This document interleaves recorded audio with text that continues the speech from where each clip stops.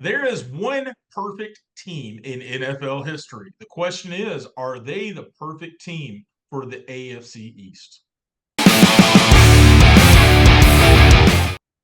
All right, boys, the time has come to talk about it once again. Big G down there is picking his forever team. A little bit of gimmick infringement going on with the sunglasses already.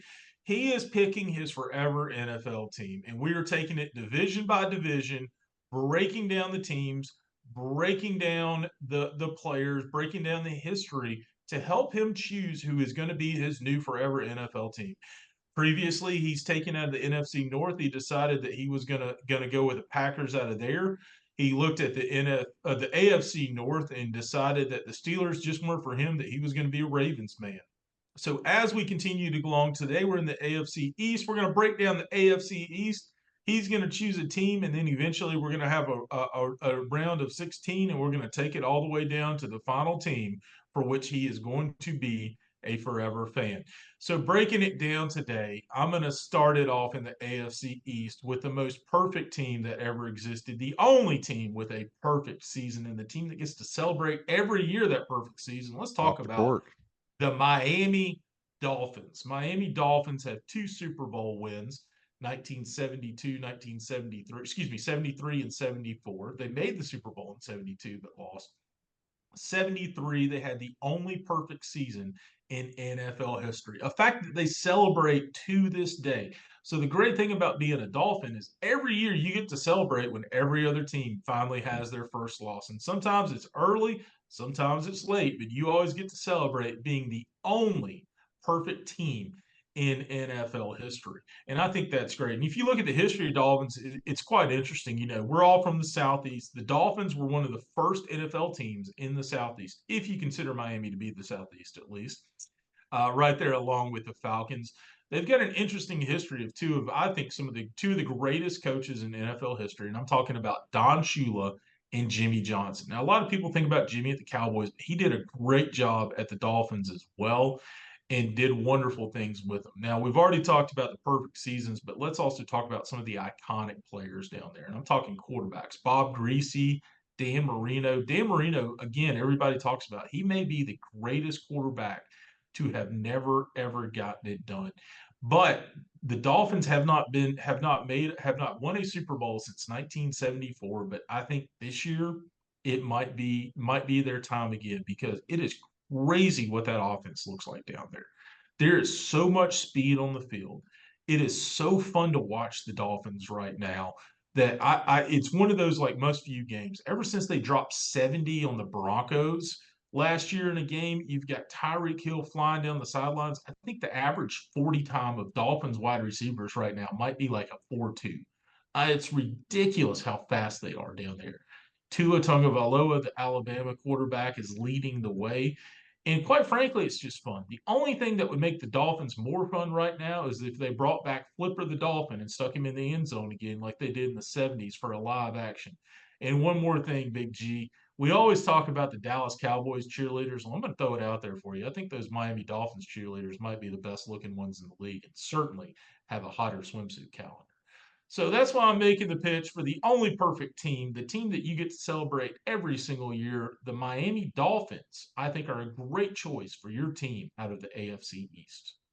Well, I good pitch. I'm left with Finkle and Einhorn and Finkle, Einhorn and Finkel. Finkle. So there's a great classic country song that my wife loves every time that comes up. Miami, Miami, good old Keith Whitley song. I can hear it playing right now with the Dolphins. And there's just something about Miami and you're feeling the vibes and Miami Vice. Miami's a strong contender, and Can, not to can we mention also that. talk about the like the uniforms that would work nowhere else in the country that look amazing down there on those Dolphins? I love those uniforms too, you know? It's intriguing. All right, JT, where are you taking us? All right, we're gonna go. Let's talk about dynasties for a little bit. Yeah, let's talk dynasties. Let's talk about one of the teams that was formed in the 1960s. Didn't have a whole lot of success there in that AFL year, but has been a staple since 1960 in our league in the NFL. It's a team that there's not a whole lot to talk about until 1994, where the luck of the draw had it that A gentleman named Robert Kraft bought the team. And who else are we talking about? The New England Patriots. And in 1994, he brought over Bill Parcells. And while in those early years, they only saw 6 playoffs in their entire 31st years, Parcells, Robert Kraft, Bill Belichick has taken them 22 times in the 30 years since that time. 22 playoff appearances, 11 Super Bowl appearances, 6 Super Bowl wins. And we all know what Belichick and Brady did through the 2000s and just really creating the only dynasty that I think we know of in our era of football. But here's one of the things that I want to go a little bit deeper when we talk about the Patriots is that I think they're the quintessential selfless team. I think when you look at what Brady put together and you think about offense, and you always go straight to him, but he never took the max contracts. He was never the player that was one of the top paid. And what really surprised me is the big defenders that have come through Patriots throughout the years, because we all know offense can win you games, but to win 6 championships, you got to have defense. And I'm talking about players like Mike Vrabel, Willie McGinnis, Teddy Bruschi, Rodney Harrison, Ty Law, Richard Seymour, Dante Hightower, Vince Wilford. Loved old Vince Wilford, big old boy right there at D-tackle. Gerard Mayo, who's now made it up to the head coaching job there. Devin McCourty. These are defenders that you can't play with. And I think it sometimes flies under the radar because we always think of Belichick and we think of Tom Brady. You don't win these 6 titles without these defenders. You know, as fantasy football guys, one of the things that we all hate about the Patriots is you never want to own a Patriots running back. I feel like they're the original running back by committee, and there's not a whole lot to talk about there. But on the offensive side of the ball, I feel like they reinvigorated the tight end position. You know, Gronk came out and just changed the game on that. And, you know, I feel like I can't even say the name, but when they were running the 2 tight ends with Gronk and Hernandez, oh my goodness. We haven't seen anybody be able to duplicate that, but they were unstoppable. And then one of the things that was funny, you know, you're looking at the wide receivers. We know Randy Moss came through there, had you know, game-changing historical records, setting pace. But there was a time where one of the all-decade teams was Wes Welker, Danny Amendola, and Julian Edelman. These are 3 slot guys. You're creating championship teams with 3 slot guys, which I think is just hilarious. You know, one of the things I will tell you is if you go to the Patriots, they've had so much success over the last 20 years. We all watched the public breakup of Tom Brady and the Patriots. Hopefully you all watched the roast of Tom Brady, where it was absolutely hilarious to watch it play out there. They're in a complete rebuild. You know, they grabbed Drake May this year. They've got a new quarterback that's going to be at the helm. You know, he's going to need some time to develop. I'm not a big fan of that pick. I understand why they made it. But you look through this roster, and there's nothing to get overly excited about. There's probably a lot of fantasy players that are going to want Ramondre Stevenson. They still got some good players over there on the defensive side. Not a whole lot to write home about on the wide receiver side. So here's the thing. If you're looking for a project, if you're looking to see something come back out of the ashes and rise again, the Patriots are your team, because for the past 30 years, they have been the quintessential. They have been the landmark of success. And right now they're kind of in the pits, and you've got a lot of chance to help watch them come back out of that. It's intriguing, and I'm going a little Patriot red here in the background. I don't know if you can see my special effects that I've invested so much money into putting into this podcast. High dollars. We are the best. Dollars. Fun note you left out there, being a Samford University alumnus football player, Bubba.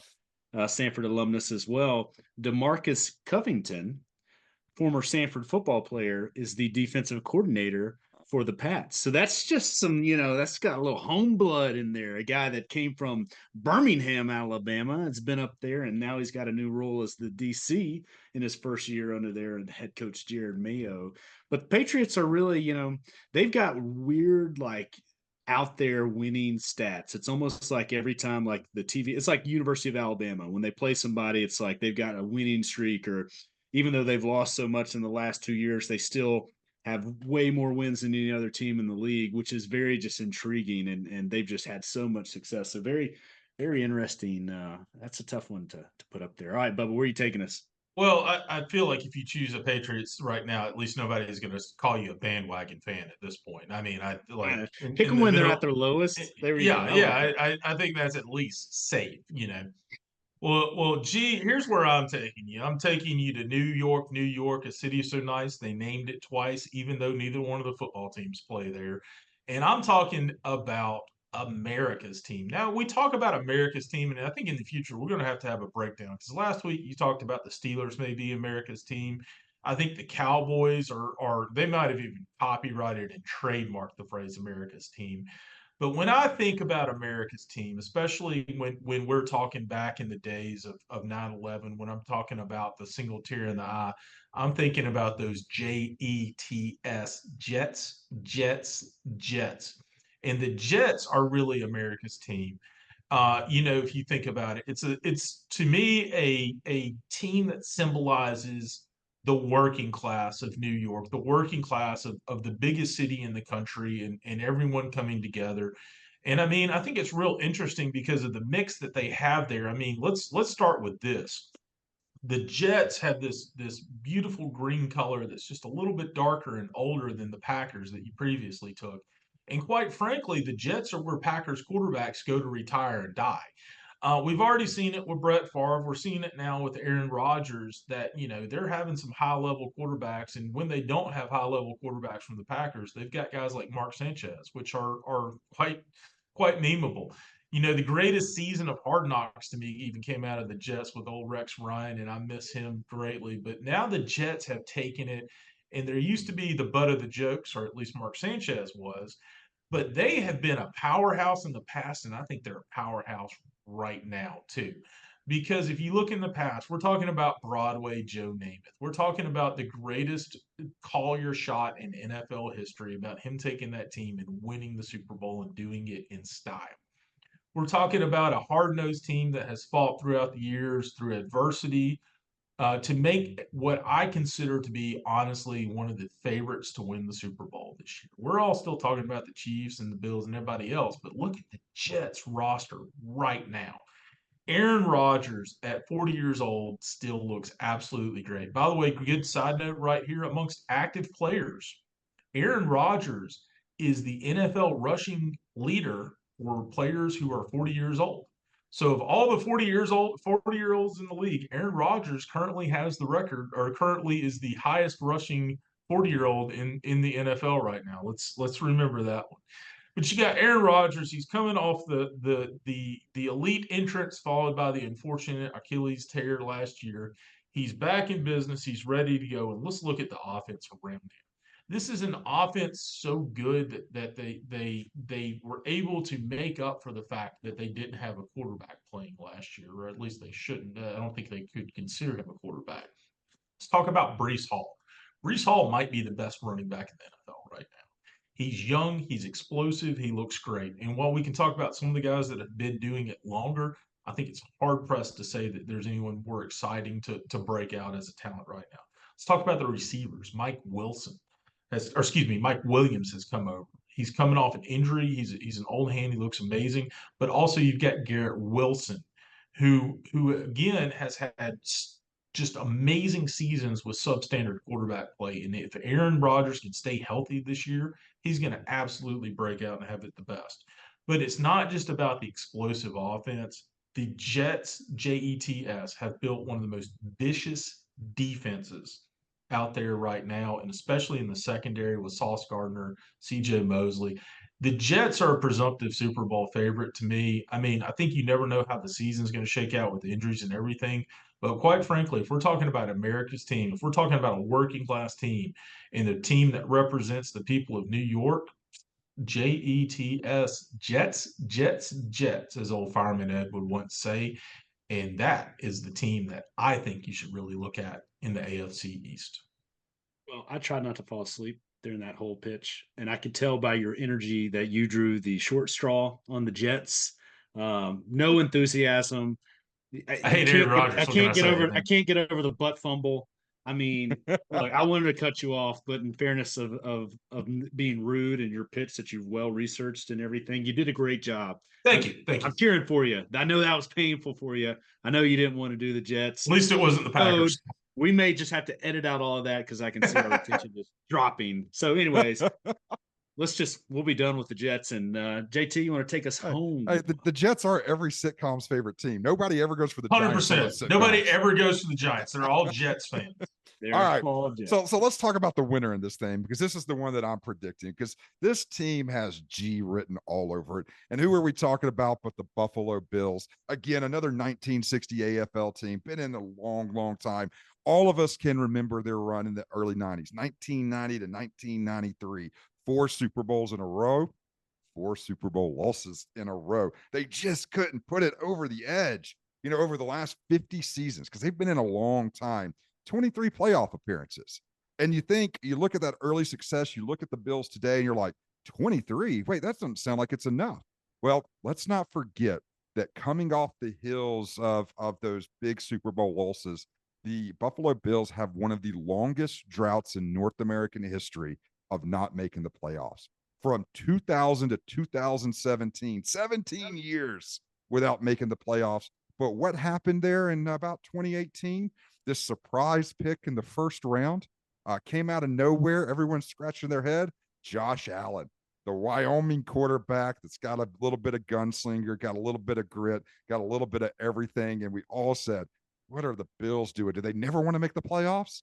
And what's he done? He's taken them to 4 division wins. He's brought them back to life. He still hasn't gotten them a Super Bowl, but the energy he's brought, and a little bit more on Josh Allen here in a minute.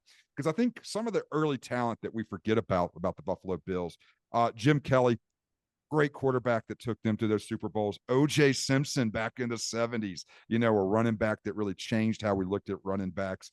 Thurman Thomas, I mean, come on, you got to think about Super Tecmo Bowl, some of the original video games, and you wanted Thurman Thomas just to run that ball right up the middle. And when you weren't doing that, who were you doing? You were tossing it out to Andre Reed out there, great wide receiver. And let's not forget somebody over there on the defensive side of the ball, Bruce Smith, Takeo Spikes. They've had some of the scariest linebackers come through the Bills outside of Ray Lewis. You look at Takeo Spikes, that man was a monster on the ball. So a dominant team, a team that's had a lot of success. So let's look at what we're looking at this year, because we know we don't want to piggyback. We don't want to just jump on a team that's super hot, but that's not what the Bills are right now. The Bills are still finding their way. Josh Allen still coming back at the helmet quarterback. James Cook hopefully finding his feet under him at running back. But wide receiver has been gutted this year. We all saw the public breakup in the trade with Stephon Diggs, but they have what may be the most fun rookie wide receiver in the league. And fun, not necessarily because I think he's going to beat Marvin Harrison in yards or receptions or touchdowns, but this man gives the one-liners that all of media dies for. And I'm talking about Keon Coleman. This guy's hilarious. I absolutely love watching his interviews. You can't help but to just smile and cheer for this guy. I hope that he comes on the field and plays hard as well, because we're going to need that. Josh Allen's going to need that. But we talked earlier about the Patriots and the 2 tight ends. They may have the 2 best tight ends to run a 2 tight end series with Dalton Kincaid and Dawson Knox. There's a lot to watch, but I won't say that it's a surefire thing. Bills defense is always pretty solid. They really kind of concentrate more on that secondary and those linebackers. They probably could use a little bit more love on those defensive line fronts there. But this is a team that you can get pumped for. You don't feel like you're a complete bandwagon fan. And the most important thing about cheering for the Bills is that, much like we saw with Kelsey, even for a weekend, you get to be part of the Bills Mafia. Where else do you have a fan base that is so intense, so fun, jumping through tables, having the tailgate? I mean, this is like a college frat party at an NFL level, that every single pro, every single guy, every single former player wants to be part of that Bills Mafia. And it's not a mean group. It's a fun, welcoming, and a little bit gritty, but it is a group that you could proudly call yourself a part of. Come be a part of that Bills Mafia. Come be a part of a team that has that blue collar, that grit. They're not refined. Josh Allen's going to throw that ball. He's going to have that little Brett Favre in him. I think this is your team, G. It's Bills. And who doesn't love having to dig your seat out of 3 feet of snow to watch a playoff game? I mean, what level of commitment? The fans volunteer to go do that. The fans volunteer to show up to the state, not just for themselves to have a seat, but other fans too. And you talk about Kelsey. The one that speaks to me above and beyond that is Ryan Fitzpatrick, the greatest backup quarterback of all time, who played for like 14 teams, it feels like. When he had the chance to go to a playoff game, He was there in the stands with his shirt off, supporting the Buffalo Bills, probably against a team that he played for. I don't even remember the game it was, but I guarantee you it was the team he played for because he played for every team in the league. Bills Mafia. Strong argument there. G, what you got on that? Oh, and you left one of the greatest defensive players in Cornelius Bennett, University of Alabama guy, served the Bills very well. But I am glad you mentioned Thurman Thomas, one of my childhood heroes. I'm wondering how bad I can really piss off the Jets. I hope I can piss off the Jets fan base so bad that they hate on this channel, much like the Michigan folks. So if you're like the Michigan fans or the Jet fans, jump on the bandwagon, hate me all you want. Bring it. I want it. Saying all that. In fairness, I think Jets fans will tell you if you don't live in New York, they don't want you to be a Jets fan. I think that's one of those teams. All right, so the Jets Jets are gone. Out of We've here. eliminated them. We'll edit it out of out. the video. They're out. Three teams They're done. left. Done. No butt fumble. No room for butt fumble in my. Who is the next team? Now that you've butt fumbled it out of there, who is the next team that you are eliminating from the cause? Well, this is tough. This is really tough here because they're so big in tradition. I've got alumni football players up there coaching from the Sanford University, but I'm going to have to take out the Pats. I just can't be a part of the Pats. You know, I should have made that jump a long time ago when they were winning and they were on their high horse. Been a bandwagon fan. I'm not willing to invest that level of time, effort, and energy. So the Pats are out of here. Sorry, so Drake then May. I'm stuck with Miami, and then I'm stuck with the Bills. Here's the thing. I would love to get me some Miami gear. You know, some palm trees with a little pink and some little teal and the orange. I need an excuse to go to Miami, get down there on South Beach, catch a game in an amazing atmosphere. They're loaded with Alabama talent. Just can't get behind it. Give me the Bills. Give me the blue collar. I'm going all the way with Josh Allen. Love the guy. Can we talk about what it really comes down to? I finally got one, Bubba. It comes down to the fact that you're still about 20 pounds away from being ready for a Hawaiian shirt. You're the perfect physique right now for going to take your shirt off and having the layers for Buffalo, but you're still about another 20, 30 pounds away from a Hawaiian shirt right now. And I think let's be honest with what it comes down to. Help me out here.